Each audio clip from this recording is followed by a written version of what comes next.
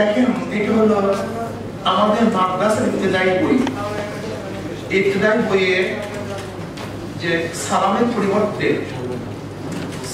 পরিবর্তে হাত উল্টো করে এই যে আনন্দ বাজার পত্রিকার প্রণাম দেওয়ার যে পদ্ধতি উল্টো হাত, এই যে দেখেন আনন্দ বাজার পত্রিকার যে ছবি ছাপা হয়েছে, ঠিক আমাদের সন্তানদের ওই একই ছবি সেই আলোকে তাদের প্রণাম দেওয়ার শিক্ষা দেওয়া হচ্ছে। দেখেন এখানে শুধু নাচ গান, এটা কিন্তু ইবতিদায়ী মাদ্রাসা, আমাদের মাদ্রাসার ছেলেদেরকে। আমি দুই একটা উদাহরণ দেবো, এরকম ভুড়ি এখানে অনেক পৃষ্ঠাবিপি আছে। এখানে দেখেন আমাদের গ্রাম্য সেই ছবিগুলি আগে কি ছিল আর এখন সেখানে দেখানো হচ্ছে ছেলে মেয়েদের অবাধ চলাফেরা। আগে দেখেন বাবার মাথায় টুপি ছিল, মায়ের পরনে ফুল হাতার ব্লাউজ ছিল, মাথায় কাপড় ছিল। সেখানে বাবার থেকে টুপি উঠিয়ে দেওয়া হয়েছে, শার্ট প্যান্ট পরানো হয়েছে, সন্তানের থেকে টুপি ফেলে দেওয়া হয়েছে, মায়ের মাথাকে কাপড় ফেলে দেওয়া হয়েছে, ফুল হাতার ব্লাউজ সেখান থেকে নামিয়ে দেওয়া হয়েছে। এরকম ভাবে ইবতিদায়ী মাদ্রাসার থেকে এইভাবে চলতেছে। এরপর আসেন, আগে আমাদের শিক্ষার মধ্যে কি ছিল? বাংলাদেশ কৃষি নির্ভরশীল দেশ। আপনারা জানেন আমাদের দেশে এখন পর্যন্ত 70-80% মানুষ কৃষির উপরে নির্ভর করে। আমাদের বাংলাদেশের পাঠ্যপুস্তকের মধ্যে একেবারে ষষ্ঠ শ্রেণী থেকে শুরু করে কৃষি শিক্ষা, দামি দামি কথা এখানে আছে, আপনি বিশ্বাস করবেন না। এই যেমন নবম দশম শ্রেণীতে কৃষি শিক্ষা, চমৎকার। একটা ছেলে যদি এই বইটা পড়ে তাহলে কিভাবে কৃষি করতে হয়, মুরগি পালন করতে হয়, গরু পালন করতে হয়, স্বনির্ভরশীল কিভাবে হতে হয়, এটা একেবারে হাতে নাতে শিক্ষা দেওয়া হয়েছে। কিন্তু সেই কৃষি শিক্ষা বাদ, এখন আমাদের পাঠ্যপুস্তকের মধ্যে কৃষি শিক্ষা নাই। সেখানে কি নিয়ে আসছে দেখেন, এই গার্হস্থ্য শিক্ষা, এই গার্হস্থ্য বিজ্ঞানও কিন্তু আমাদের মেয়েদের জন্য খুবই প্রয়োজন ছিল। কিভাবে সেলাই করবে, রান্না করবে, ঘরে কিভাবে শিল্প উন্নয়ন করবে, খুব সুন্দর মতো হাতে নাতে শিক্ষা দেওয়া হয়েছিল। মানে স্বনির্ভরশীল পরিবার গড়ার জন্য যা কিছু শিক্ষার দরকার ছিল সেগুলো এখানে দেওয়া হয়েছে, কিন্তু সেটাকেও বাদ দেওয়া হয়েছে নাই। এখন নিয়ে আসছে কি, এই যে দেখেন ছবির মধ্যে শিল্প সংস্কৃতি, সব কিসের ছবি দেখছেন তো? এই ঢোল, তারকা, তবলা, একতারা, এই শিল্প সংস্কৃতি, সেখানে হারমোনিয়াম, প্রত্যেকটা বই দেখেন হারমোনিয়াম, এই যে ঢোল, এই যে দেখেন শিল্প সংস্কৃতি, সেখানে তবলা মাথায় একেবারে যায় বুকের মধ্যে তবলা নিয়ে বাজাইতেছে, প্রত্যেকটার মধ্যে, শুধু একটা না। এই শিল্প সংস্কৃতি দেখেন, এই যে সেখানে হারমোনিয়াম।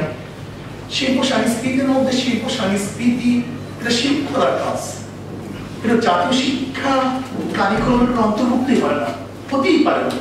এটা শিল্পকলার কাজ, কেউ ড্যান্স দিবে, নাচবে। কিন্তু শুধু তাই নয়, এখানে কি লেখা হয়েছে আপনারা আশ্চর্য হয়ে যাবেন।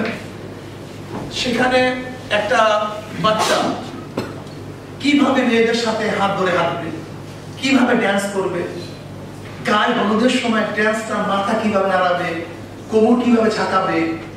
এটা কিন্তু শুধু থিওরিক্যাল নয়, এটা প্র্যাকটিক্যাল দেখাতে হবে সবার সামনে। একটা পড়া আর সেটা বাস্তবে উপস্থাপন করা। তুমি কিভাবে ড্যান্স দিলা সেটা দেখাও।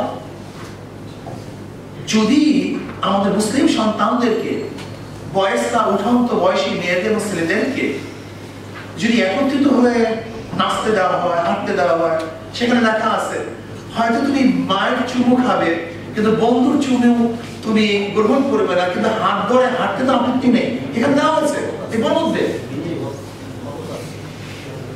আমি যদি আমার বইয়ের মধ্যে বন্ধুর হাত ধরে হাঁটতে শিক্ষা দেই, তাহলে জাতিটা কোথায় যাবে আমাকে বলুন তো?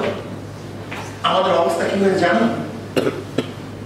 দেখেন আমাদের এই মেঘনা নদীর মধ্যে, জলের মধ্যে বিশাল বিশাল ব্যাগ জাল দেয়, দেখছেন কি না?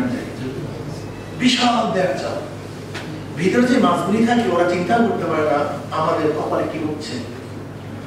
তা ব্যাগ জালওয়ালারা প্রথম জাল দেয়, জাল দেওয়ার পরে ভালো মতো পেরিয়ে একেবারে মাটির মধ্যে গেড়ে দেয়। আর মাছগুলি তারা মনে করে আমি ভিতরে ঢুকলেই বাঁচতে পারবো, ভিতরে ঢুকলেই বাঁচতে পারবো, ওইদিকে জাল দেয় আর মাছগুলি ভিতরে ঢুকে। ঢুকতে ঢুকতে ঢুকতে ঢুকতে যখন বের হয়ে যায়, এরপরে একটা মাস আর সেখান থেকে বাঁচতে পারে না। আজকে বাংলাদেশটাকে চারদিক থেকে পেঁয়াজ জালের মতো আটকিয়ে ফেলছে।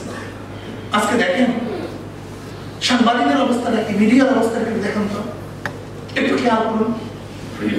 বাংলাদেশে কোনো কিছু ঘটলি সাম্প্রদায়িক দাঙ্গা, সাম্প্রদায়িক জঙ্গিবাদ, টেরোরিজম, জঙ্গিবাদ পয়দা হয়, সুবহানাল্লাহ, কোন পত্রিকার মধ্যে মিডিয়ার মধ্যে এটা নিয়েই চলতেছে। মাদ্রাসার মধ্যে কি হয়, বলৎকার হয়, সুবহানাল্লাহ, মিডিয়া। অথচ ট্রান্সজেন্ডার নামে আজকে গোটা জাতিকে বলৎকারের জন্য শিক্ষা দেওয়া হচ্ছে, এইভাবে কোনো মিডিয়া দেখা দেখছেন? আমাকে বলুন তো, পার্থক্য বুঝতে পারিনি। কোন মানুষ বিপদের হতেই পারে, এরকম আশ্চর্য হওয়ার কিছু নেই, এটা বিচ্ছিন্ন ঘটনা। কিন্তু বিচ্ছিন্ন ঘটনাকে যেভাবে প্রমোট করেছে, যেভাবে মিডিয়া নিয়ে আসছে, আজকে গোটা বাংলাদেশ গোটা বাংলাদেশটাকে সমকামীর মধ্যে নিয়ে আসছে, বইয়ের মধ্যে নিয়ে আসছে, শিক্ষা দেওয়া হচ্ছে, পাঠ্যক্রমে সেইটাকে দেওয়া হয়েছে। কোন মিডিয়া কোনো কথা আছে? এর কারণটা জানেন? ওই আগের থেকে বলছি, মিডিয়া কন্ট্রোল করছে। আচ্ছা, প্রশাসনের অবস্থাটা কি দেখেন? মুসলমানের সন্তান কি অবস্থা? কেউ কোনো কথা বলছে না, কেউ কথা বলবে। যেরকম আমাদের বেনজির সাহেব, যার অস্ত্রের মাথায় শেখ হাসিনা ক্ষমতায় আসছে, এখন কি দেখি হাজার হাজার কোটি টাকা সম্পদ। সে কথা বলবে কেন? আমাকে বলুন তো, কেন কথা বলবে? আজকে প্রশাসনের অবস্থাটা যা ইচ্ছা তাই করতেছে, সেখানে তাদের কন্ট্রোল করা হয়েছে। আজকে আমাদের যাদের উপর ভরসা করি দেশ রক্ষার সেই বাহিনী, কোন কথাবার্তা শুনেন? এই যে মিডিয়া মেরে ফেলছে, কোন বক্তব্য শুনছেন কারো মুখে? কোন মুখে বক্তব্য নেই। মিয়ানমারের বারবার বিমান আমাদের দেশে অতিক্রম করছে, কোন বক্তব্য শুনছেন? কোন বক্তব্য নেই। আজকে সেই আর্মি যারা আমাদের দেশকে রক্ষা করবে, আমাদের বাংলাদেশের উপর থেকে বিমান চলে, টাকা নাই কে?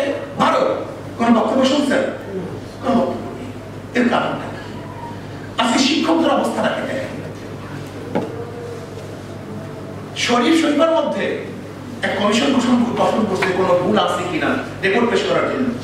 সেখানে দেখলাম কিছু মৌলবীও আছে, আবুল ফজল ফয়জির গোষ্ঠীও সেখানে আছে। এটা আশ্চর্য হওয়ার কিছু নেই, এটা আশ্চর্য হওয়ার কিছু নেই। কেন? হুদুদ পাখির ঘটনা কোরআনে মধ্যে আছে। হুদুদকে প্রশ্ন করা হয়েছে, তুমি 50 হাত মাটির নিচে পানি দেখতে পারো, কিন্তু তোমার উপরে যে ফান পাতা হয়, তুমি যে ফাঁদের মধ্যে আটকিয়ে যাও, মারা যাও, সেই ফান তুমি দেখো না কেন? প্রশ্নটা বুঝেন নাই? তুমি 50 হাত মাটির নিচে পানি দেখো, তা তোমার উপরে যে ফান পাতা হয়েছে তুমি সেটা দেখো না? হ্যাঁ, আমি 50 হাত মাটির নিচে পানি দেখি, কোনো সন্দেহ নেই, কিন্তু ফাঁদ দেখি না কেন? যখন পুঁটি মাছের লোভ আমার চোখের মধ্যে চলে আসে, পুঁটি মাছের লোভ যখন চলে আসে, লোভ আমাকে অন্ধ করে দেয়, লোভ আমাকে অন্ধ করে দেয়। অন্ধের কারণে আমি মারা যাই, কিন্তু উপরে ফাঁদ দেখি না।